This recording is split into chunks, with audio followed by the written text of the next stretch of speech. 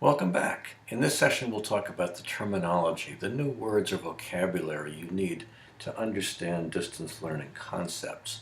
First, how much of the course is online? If it's fully online, that's obvious. It's all online, there's no face-to-face. But you may have heard the term blended or hybrid. It just means that part of the course is online, part is face-to-face. For example, I developed courses for doctoral students a few years ago that were hybrid. In other words, every other week we would meet face-to-face, and in the intervening weeks we met online.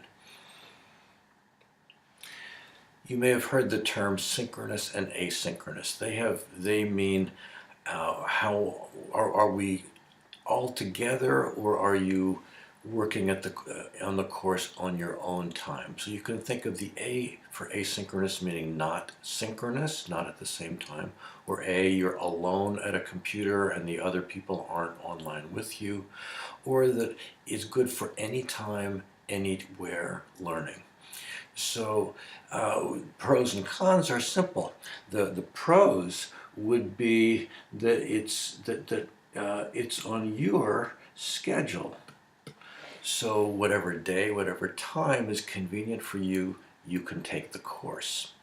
The cons is the personal element. It may be missing. And we'll see more about that next. So if you're together online, then you're there at the same time, as for synchronous. And you may share audio, you may share video, you may share text, maybe share a whiteboard. A good example of that is a web conference. Now they all are kind of the same. So there's a part where a slide presentation or web pages would be shown. This is also an area where the instructor or participants can write, so it's a shared whiteboard. The instructor or person who's speaking is there in sort of large video, and the other participants may or may not be there with a video image. If it's only audio, such a system can support hundreds of simultaneous participants. Then there's a chat window where there is sort of a back channel discussion. So think of the four ways of communication channels that are going on here. There is the presentation of slides or content. There's the instructor's face and voice. And there is the back channel of text chat. So some reviewers think that there can be more communication in a web conference than in a standard face-to-face class. One of the most popular kinds of web conferencing is with Google Hangout. So here's Guy Kawasaki. He's a famous author in technology. And these are the 9 other people in the Google Hangout that he's conferencing with. So Google Hangout has a limit of about 10 simultaneous video participants. They also have a text chat if they wish that to be enabled. It's so simple, though, the families use that around the globe. So this is how granddaughter connects with grandpa, who is 5 states away, or brother and sister, who are several countries away, communicate. It's equitable because all you need is a computer that you borrow. This is over a web browser. And it's economical. There is no per minute cost, no software you have to buy.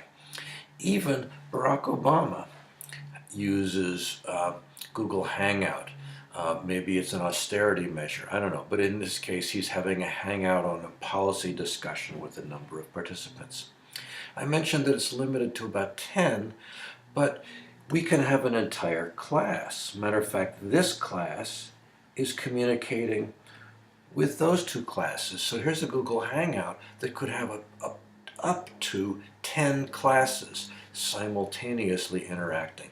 In this case, the 3 classes are interacting with a moderator and a guest speaker. Business uses a similar model. They call it video conferencing typically.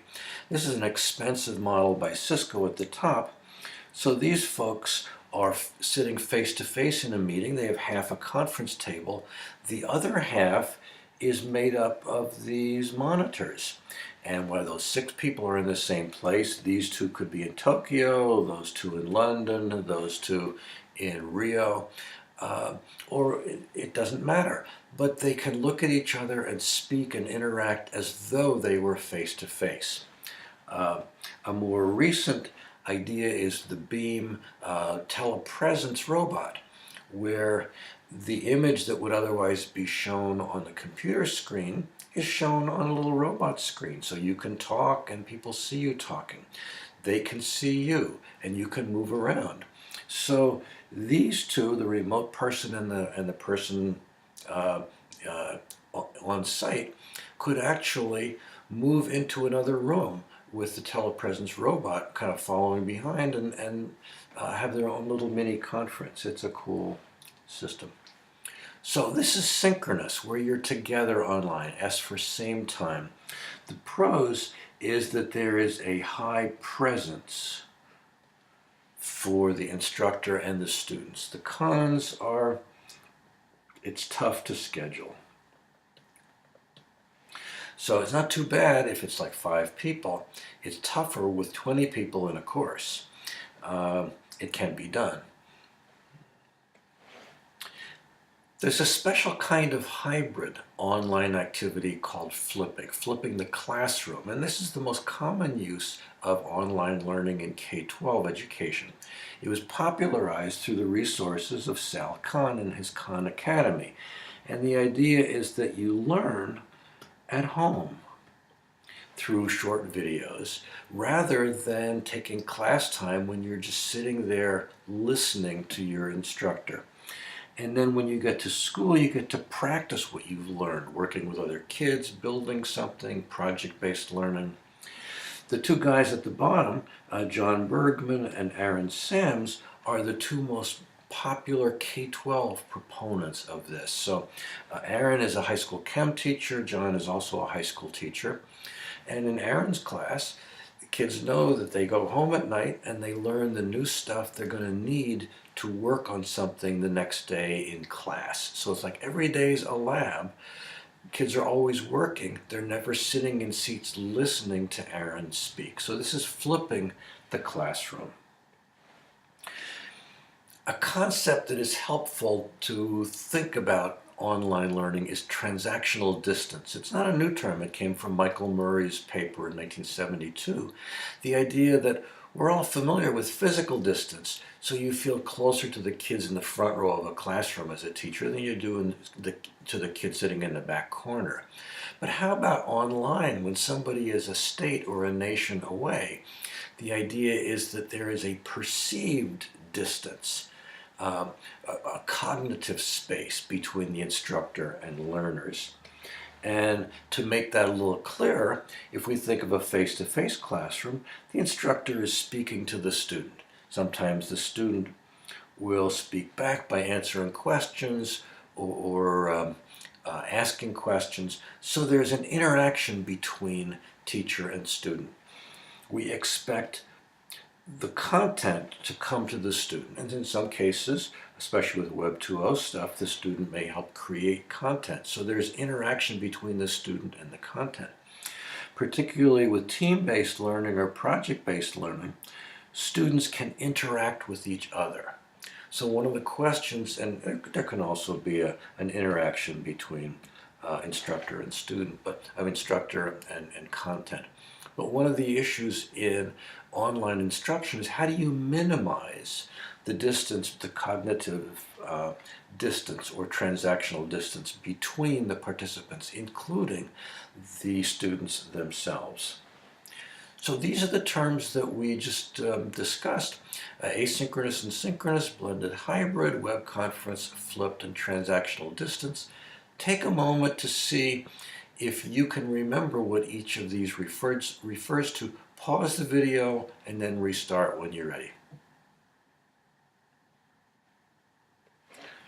Welcome back. So asynchronous is when you're alone. This is anytime, anywhere you connect to the course when you want to. Synchronous is S for people are online at the same time. Blended and hybrid just means part of the course is online, part is face-to-face. A web conference is a computer or a tablet-based system that brings all these pieces together, usually at low cost. A flipped classroom, popularized by Sal Khan's Khan Academy and by the two high school teachers, is the K-12 model of most online courses, where their online component are short videos they consume at night instead of sitting through a lecture and kind of wasting that time together. Transactional distance is the perceived distance between the people in the course. So I hope that clarifies some of the terms. Till next time, bye for now.